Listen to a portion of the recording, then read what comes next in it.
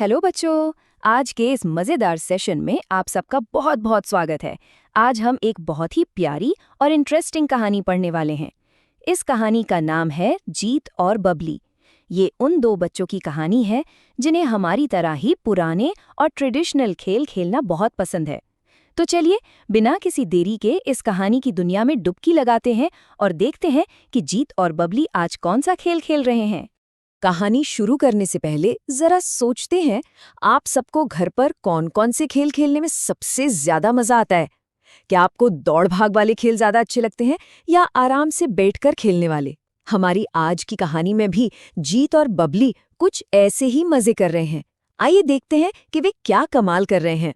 तो चलिए शुरू करते हैं हमारी कहानी का पहला भाग, जीत और बबली। किताब में लिखा है, छुट्टी का दिन था। जीत और बबली सुबह से खेल रहे थे। आहा, छुट्टी का नाम सुनते ही चेहरे पर कैसी बड़ी सी स्माइल आ जाती है ना? छुट्टी के दिन सुबह सुबह उठकर खेलने का जो आनंद है, वो तो सच में दुनिया में और कहीं नहीं मिलता। जीत और बबली भी अपने इस छुट्टी के दिन का पूरा मजा ले रहे हैं।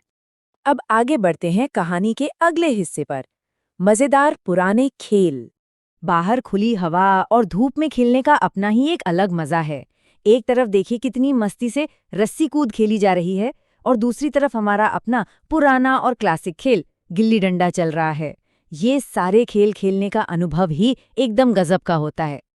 कहानी में आगे लिखा है, दोनों ने रस्सी कूदी, फिर छुपन छुपाई खेली, उसके बाद गिल्ली डंडा खेला। इन खेलों के नाम सुनकर ही कैसा जोश आ जाता है। रस्सी कूदना, छुपन छुपाई, गिल्ली डंडा। भाई, इन सब खेलों में तो बहुत ही ज्यादा भागदौड़ और चुस्ती लगती है। लेकिन थोड़ी देर में एक ट्विस्ट आ गया। लिखा है, गेंद मोहित के आंगन में चली गई। मोहित के घर ताला लगा हुआ था। ओहो, ये तो गड़बड़ हो गई। बच्चे आराम से क्रिकेट खेल रहे थे और उनकी गेंद एक ऐसे घर में चली गई जहां ताला लगा है। अब क्या होगा? क्या खेल बीच में ही रुक जाएगा? पर हमारे बच्चे हार मानने वालों में से नहीं हैं। कहानी का अगला हिस्सा है, चलो नई गेंद बनाई। बबली बोली कि उसे गेंद बनानी आती है। वाह, इसको कहते हैं स्मार्टनेस।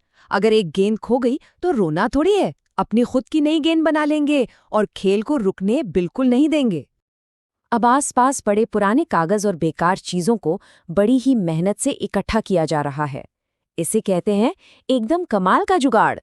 हम सभी तो अक्सर अपने आसपास की बेकार पड़ी चीजों से कुछ न कुछ नया और क्रिएटिव बना ही लेते हैं ना? तो चलिए देखते हैं कि ये गेंद आखिर बनी कैसे। पहला स्टेप, कपड़े और कागज लाओ। दूसरा स्टेप, पन्नियां यानी प्लास्टिक के रैपर्स इकट्ठा करो।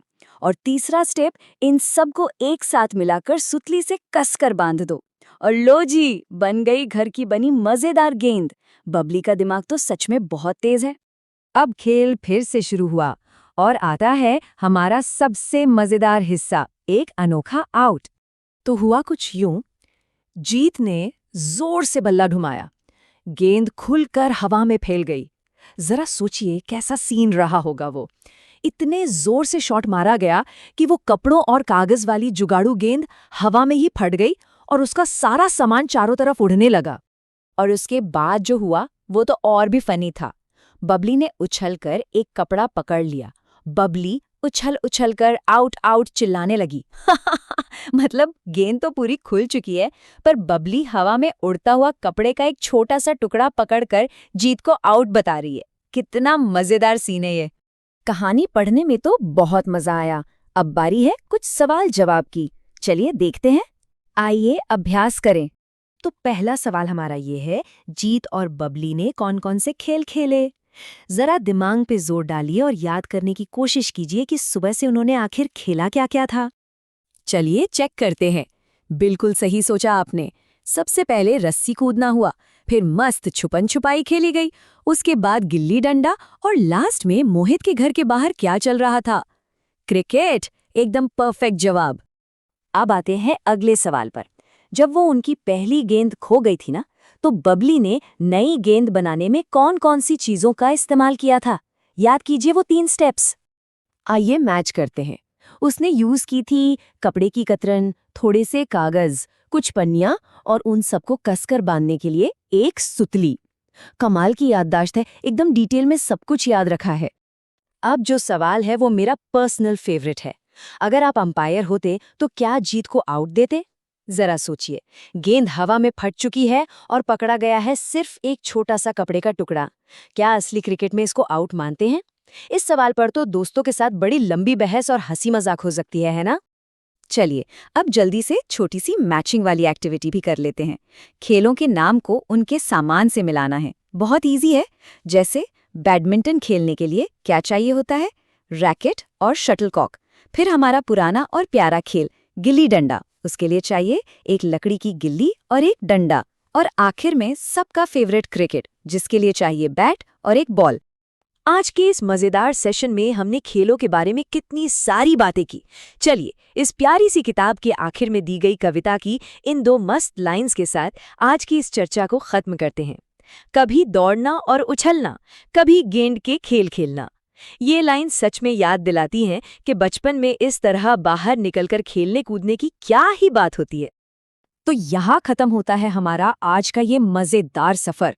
हमने एक बढ़िया सी कहानी पढ़ी, नई चीजें सीखी और पुराने खेलों की यादें ताज़ा की।